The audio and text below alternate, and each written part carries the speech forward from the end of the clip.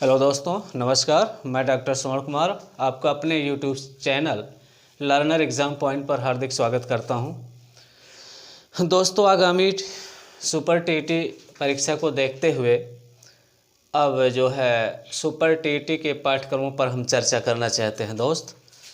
और super TT के पाठ्यक्रम में हम लोग जो है अब तक शिक्षण के देखेंगे प्रमुख शिक्षण विधियाँ, शिक्षण सूत्र और शिक्षण कौशल और माइक्रो टीचिंग सूक्ष्म शिक्षण।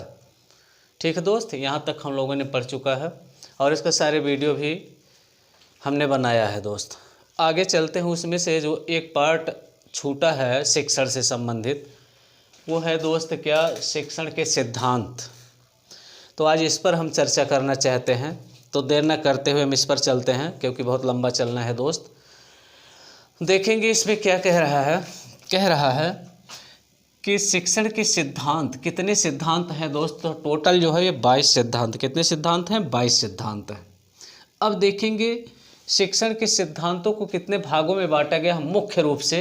तो मुख्य रूप से जो बीओ स्मिथ ने 2 भाग इसके बताए हैं दोस्त, एक शिक्षण का सामान्य सिद्धांत और एक शिक्षण का मनोवैज्ञानिक सिद्धांत। अभी हम इस पर आगे चर्चा करेंगे कि शिक्षण के मुख्य सिद्धांत कितने हैं। 2 सामान्य सिद्धांतों में कितने सिद्धांत रखे गए हैं? 12 सिद्धांत रखे गए हैं और मनोवैज्ञानिक सिद्धांत में 10 सिद्धांत रखे गए हैं। कुल मिलाकर के कितने सिद्धांत हैं?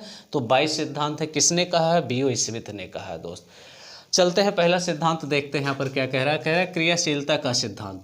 तो देखिएगा दोस्त, यहाँ पर क्रियाशीलता का सिद्धांत क्या कहता है कि किसी भी कार्य को शिक्षण ऐसा हो कि बालक जो है स्वयं उस कार्य को करके सीखे दोस्त। कह रहा है कि क्रियाशीलता का सिद्धांत क्या है कि सबसे पहले शिक्षक का कर्तव्य है कि शिक्षण के समय ऐसी गतिविधियों को शामिल किया जाए कि जिसमें जो है बालक स्वयं क्रियाशील हो जाए दोस्त, सक्रिय हो जाए, शारीरिक और मानसिक रूप से क्रियाशीलता उत्पन्न किया जाए।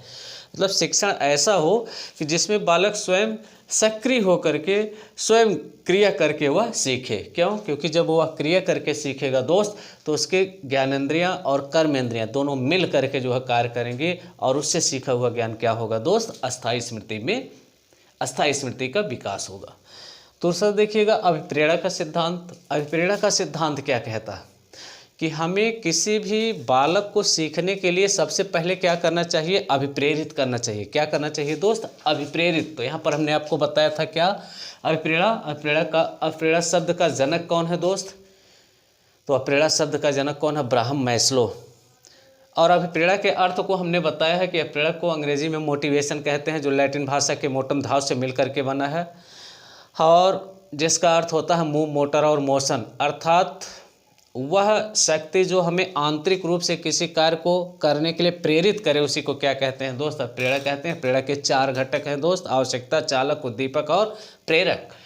तो यहाँ प्रेरणा का सिद्धांत क्या कहता है कि शिक्षण ऐसा होना चाहिए जो बालक को स्वयं अभिप्रेरित करे, क्या, उस कार्य को करने के लिए अथवा सीखने के लिए। तीसरा सिद्धांत देखिएगा जीवन से संबंध का सिद्धांत। ये सिद्धांत क्या कहता है? ये सिद्धांत ये कहता है कि हमारा शिक्षण ऐसा होना चाहिए या शिक्षण के समय शिक्षक को जो भी पाठ्यक्रम पढ़ाया जाए वो बालक के जीवन से जोड़ करके पढ़ाया जाए, उसके वातावरण से जोड़ करके दोस्त उसको पढ़ाया जाए, समझाया जाए। तो बालक को जल्दी सीखने में क्या होगी? आसानी होगी और आसानी से वो क्या करेगा? सीख जाएगा। जैसे जो पुस्तकीय उदाहरण दिए गए हैं दोस्त, हो सकता है वो नगरीय क्षेत्र से लिए गए हों या महानगरीय क्षेत्र से लिए गए हों और बालक जो है वो जो है ग्रामीण एरिया से आता है, तो ऐसे में उस सिद्धांत को नहीं समझ पाएगा दोस्त। तो ऐसे में जो बालक जहाँ, जैसे आपको मैंने पढ़ा था जेडपीटी, जोन ऑफ प्रॉक्सिमल डेवलपमेंट, बालक जिस एरिया से आता है उस एरिया से जोड़ करके उसको अगर पढ़ाया जाए तो आसानी से बालक क्या करेगा दोस्त? सीख लेगा। अगला सिद्धांत देखिएगा चयन का सिद्धांत। ये बहुत इम्पॉर्टेंट है दोस्त। शिक्षक को जो है शिक्षण के पहले ही मुख्य रूप से यह चयन कर लेना चाहिए कि हमें क्या पढ़ाना है, कैसे पढ़ाना है, क्यों पढ़ाना है, उस बालक की आयु क्या है, रुचि क्या है, योग्यता क्या है, क्षमता क्या है और इस पाठ्यक्रम का उद्देश्य क्या है। इस सब का जो है अर्थात क्लास में जाने से पहले ही शिक्षण का क्या कर लेना चाहिए, चयन कर लेना चाहिए। दूसरा देखेंगे योजना प्लानिंग। ये प्लानिंग अर्थात क्लास में जाने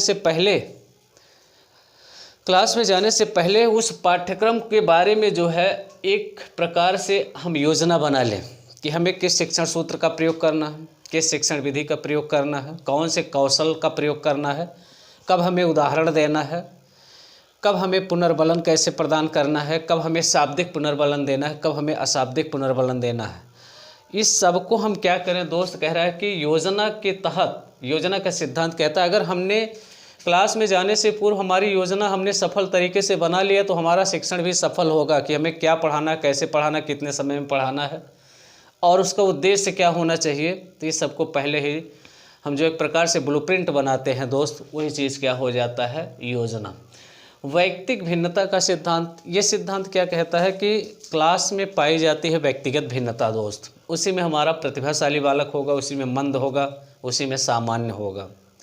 अर्थात सामान्य और विशिष्ट बालक एक कक्षा में आते हैं क्योंकि हमारी शिक्षा प्रणाली क्या है, समावेशी शिक्षा प्रणाली है। तो ऐसे में शिक्षण के समय हमें सबसे ज़्यादा ध्यान किस पर देना है, वैयक्तिक भिन्नता पर। वैयक्तिक भिन्नता के तहत हम क्या करेंगे दोस्त, तो वैयक्तिक भिन्नता के तहत यहाँ पर हमें ध्यान देना होगा कि जहाँ हमें गतिवर्धन विधि का प्रयोग करना हो हम गतिवर्धन विधि से चलें, जहाँ हमें मूर्त से अमूर्त चलना हो वहाँ हम मूर्त से अमूर्त चले, जहाँ हमें सरल से जटिल की ओर चलना है हम सरल से जटिल की ओर चले दोस्त। जहाँ हमें आगमन विधि का प्रयोग करना वहाँ हम आगमन विधि का प्रयोग करके बच्चे को पढ़ाएं और जहाँ निगमन विधि का प्रयोग करना हो वहाँ हम निगमन विधि का प्रयोग करें। अर्थात समय के अनुसार बालक की आयु, रुचि, योग्यता, क्षमता, बौद्धिक क्षमता को देखते हुए हमें अपने शिक्षण विधियों में, शिक्षण कौशल में, शिक्षण सूत्र में समय समय पर क्या करते रहना चाहिए, परिवर्तन करते रहना चाहिए। क्यों? क्योंकि हमारे क्लास में पाई जाती है क्या, विविधता दोस्त। ठीक है, तो एक टीचर को सबसे अधिक जो है शिक्षण के समय किस शिक्षण सिद्धांत पर बल देना चाहिए दोस्त, तो ये वैयक्तिक भिन्नता पर बल देना चाहिए। अगला देखिएगा लोकतंत्री व्यवहार का सिद्धांत। ये क्या कह रहा है कि शिक्षण के समय हमें किसी भी वो जाति का हो, किसी भी धर्म का हो, ठीक है, हमें सभी के साथ समता और समानता का व्यवहार करना है। अर्थात हमें किसी के साथ भेदभाव नहीं करना है दोस्त। लोकतंत्री व्यवहार का सिद्धांत कहता है कि क्लास में शिक्षण के समय एक शिक्षक का कर्तव्य है कि सभी बच्चों के साथ समान व्यवहार वह करे दोस्त। ठीक है, किसी के साथ जाति पात भेदभाव धर्म का, ठीक है, एक प्रकार से वह जो है इस सबसे परे रह करके जो है सभी के साथ क्या करे, अच्छा सा व्यवहार करे दोस्त। आवृत्ति एवं पुनरावृत्ति का सिद्धांत, ये सिद्धांत क्या कहता है, हमने जो कुछ भी दोस्त पढ़ाया, ठीक है, और हम अगला टॉपिक को पढ़ाने जा रहे हैं, अगले पाठ्यक्रम को पढ़ाने जा रहे हैं, तो शिक्षक का कर्तव्य है कि जो हमने पिछला पाठ्यक्रम को पढ़ाया है बीच बीच में उसका क्या करते रहें दोस्त, अभ्यास करते रहें, पुनरावृत्ति करते रहें। क्यों ऐसा? क्योंकि सीखे गए तथ्यों को अगर हम बराबर अभ्यास करते रहते हैं तो वह हमारी स्मृति में बना रहता है, और अगर हम उसको अभ्यास नहीं करते तो धीरे धीरे वो चीज़ क्या हो जाता है, विस्मरण हो जाता है। तो इसलिए सीखे हुए तथ्यों को स्मृति में बनाए रखने के लिए आवश्यक होता है क्या, आवृत्ति तथा पुनरावृत्ति का सिद्धांत। और इस पर देखिएगा थॉर्नडाइक का सिद्धांत भी है क्या दोस्त, अभ्यास का नियम उन्होंने दिया है दोस्त, प्रयास और त्रुटि का सिद्धांत दिया है और अभ्यास का नियम दिया। अभ्यास के नियम में उन्होंने दो उप नियम बताए हैं। एक बताया है क्या, एक बताया है दोस्त यहाँ पर उपयोग का नियम, और एक क्या बताया है, अनुपयोग का नियम। तो उपयोग का नियम क्या कहता है कि सीखे गए तथ्यों को अगर हम बराबर उपयोग करते रहते हैं तो हमारी स्मृति में बना रहता है, और सीखे गए तथ्यों को अगर हम बराबर उपयोग में नहीं लाते हैं, अनुपयोग कर देते हैं, उसका उपयोग करना बंद कर देते हैं, तो धीरे धीरे उसका क्या हो जाता है दोस्त, विस्मरण हो जाता है। तो ये सिद्धांत कहता है कि सीखे हुए तथ्यों को या पिछले पढ़ाए गए पाठ्यक्रमों को बीच बीच में हमें पुनरावृत्ति भी करते रहना चाहिए ताकि बच्चों की स्मृति में वो चीज़ें बनी रहे। अगला निर्माण एवं मनोरंजन का सिद्धांत। शिक्षण ऐसा होना चाहिए जिससे बच्चे स्वयं खोज पर बल दें, बच्चे स्वयं प्रेरित हो खोजने के लिए, नवीन कार्य करने के लिए दोस्त। और क्योंकि शिक्षण के समय बच्चों में दोस्त थकान आती है, अरुचि आती है, उस थकान और अरुचि को दूर करने के लिए यहाँ बीच बीच में जो है कुछ मनोरंजन भी होते रहना चाहिए ताकि हमारी क्लास की जो नीरसता है वो सक्रियता में बदल जाए, क्योंकि थकान और अरुचि उत्पन्न हो जाता है, स्वाभाविक है दोस्त। तो उसको दूर करने के लिए यहाँ पर कौन से सिद्धांत का पालन करना होगा? मनोरंजन का सिद्धांत। अगला देखेंगे, कह रहा है कि मनोवैज्ञानिकता का सिद्धांत, ये बहुत इम्पॉर्टेंट है दोस्त। मनोवैज्ञानिकता, क्योंकि बालक एक ऐसी पाठ्य पुस्तक है जिसे फर्स्ट पृष्ठ से लेकर के आखिरी पृष्ठ तक पढ़ना पड़ता है। अगर एक टीचर एक बच्चे की मनोभावना को नहीं समझ सका तो वास्तव में वह सही से शिक्षण नहीं कर पाएगा। क्या बालक तैयार है सीखने के लिए? क्या बालक शारीरिक रूप से, मानसिक रूप से तत्परता उसमें है या नहीं है? उसकी रुचि है कि नहीं? उसका ध्यान केंद्रित हो रहा है कि नहीं हो रहा? इन सब बातों पर दोस्त ध्यान रखना होगा। और मनोवैज्ञानिकता का सिद्धांत क्या कहता है? उसकी आयु, रुचि, योग्यता, क्षमता को ध्यान में रखते हुए हम अपने शिक्षण सूत्र, शिक्षण कौशल, शिक्षण विधि का प्रयोग करें। ठीक है दोस्त। अगला देखिएगा, कह रहा पुनर्बलन का सिद्धांत, बीच बीच में हमें शाबाश, वाह, वेरी गुड, उत्तम, अच्छे कार्यों के लिए शाब्दिक पुनर्बलन हमें प्रदान करना चाहिए। ठीक है, शाब्दिक पुनर्बलन और अशाब्दिक पुनर्बलन, दो प्रकार के पुनर्बलन बताए गए हैं, तो सकारात्मक और नकारात्मक। तो जहाँ जैसी उपयोगिता उसके अनुसार हमें शिक्षण के समय बीच बीच में प्रदान करते रहना चाहिए। उद्दीपक का सिद्धांत कह रहा है कि अगर हम पृथ्वी के बारे में पढ़ा रहे हैं और बालक जो पृथ्वी की संरचना को नहीं समझ रहा, तो वहाँ कह रहा है उद्दीपक को प्रस्तुत कीजिए। कह रहा है वहाँ पर ग्लोब हुआ, चार्ट हुआ, मॉडल हुआ, मैप हुआ, इस सब का प्रयोग करके अगर शिक्षण किया जाए तो वह अधिक प्रभावी होगा और बालक को सीखने में क्या होगी? आसानी होगी। रुचि का सिद्धांत सबसे इम्पोर्टेंट है, क्योंकि अगर बालक में रुचि नहीं होगी दोस्त तो वह अधिगम नहीं कर पाएगा, क्योंकि रुचि और अवधान एक सिक्के के दो पहलू हैं। जहाँ रुचि होगी वहाँ ध्यान केंद्रित होगा, और जहाँ ध्यान जाएगा वहाँ रुचि केंद्रित होगा। तो इसलिए ध्यान और रुचि दोनों इम्पॉर्टेंट हैं।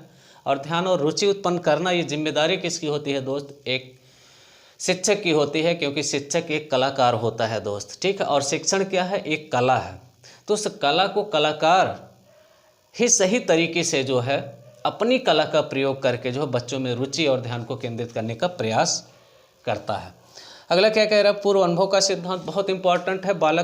बालक का पूर्व अनुभव क्या है, उसको पहले जानकारी प्राप्त करते हुए हम अगले पाठ्यक्रम पर चलें।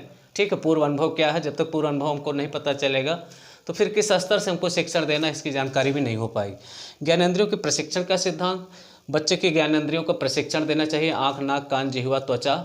ठीक है, आँख, नाक, कान, जिह्वा, त्वचा, इस सबको प्रशिक्षण देना चाहिए। लचीलेपन का सिद्धांत, बीच बीच में हमें अपने शिक्षण विधि, शिक्षण सूत्रों में परिवर्तन करते रहना चाहिए। बाल केंद्रितता का सिद्धांत ये कह रहा है कि क्योंकि शिक्षा बाल केंद्रित है, इसलिए जो है हमें बाल केंद्रित शिक्षा पर बल देना चाहिए। सहानुभूति का सिद्धांत, बच्चों के सहयोग, सहानुभूति, बच्चों के सामने सहयोगपूर्ण व्यवहार करना चाहिए दोस्त। सृजनात्मकता का पोषण, बच्चों में नवीनता का विकास करना चाहिए, क्रिएटिविटी का विकास करना चाहिए। स्वाधिगम का सिद्धांत, अर्थात बच्चे स्वयं करके सीखें, इस पर बल देना चाहिए। विभक्तिकरण का सिद्धांत, हमें छोटे छोटे खंडों में बांट करके बच्चों को पढ़ाना चाहिए दोस्त। अब देखेंगे न्यूमस के अनुसार शिक्षण सिद्धांत के प्रकार 1964 में इन्हें दो प्रकार का बताया है, एक वैज्ञानिक सिद्धांत, दूसरा दार्शनिक सिद्धांत दोस्त। रियान के अनुसार शिक्षण के सिद्धांत कितने प्रकार के? 1956 बताया है, दो प्रकार का, एक्जियोमेट्रिक और एम्पिरिकल। मैकिया के अनुसार शिक्षण सिद्धांत 1965 में दो प्रकार का, औपचारिक, तार्किक तथा गणितीय सिद्धांत, विवरणात्मक व दार्शनिक सिद्धांत। हाथमन के अनुसार शिक्षण के प्रकार 1971 में बताया है दोस्त, औपचारिक या वैज्ञानिक सिद्धांत, आगमनात्मक या विवरणात्मक सिद्धांत, दार्शनिक या मनोवैज्ञानिक सिद्धांत। अब देखिए यहाँ पर पूछा क्या है, शिक्षण के मुख्य सिद्धांत कितने? तो B.O. स्मिथ ने मुख्य सिद्धांत कितने बताए हैं? एक सामान्य सिद्धांत बताया है और एक मनोवैज्ञानिक सिद्धांत। सामान्य सिद्धांत में कितना? 12, और मनोवैज्ञानिक सिद्धांत में कितने हैं? 10। टोटल कितने सिद्धांत? 22 सिद्धांत हैं दोस्त। नमस्कार।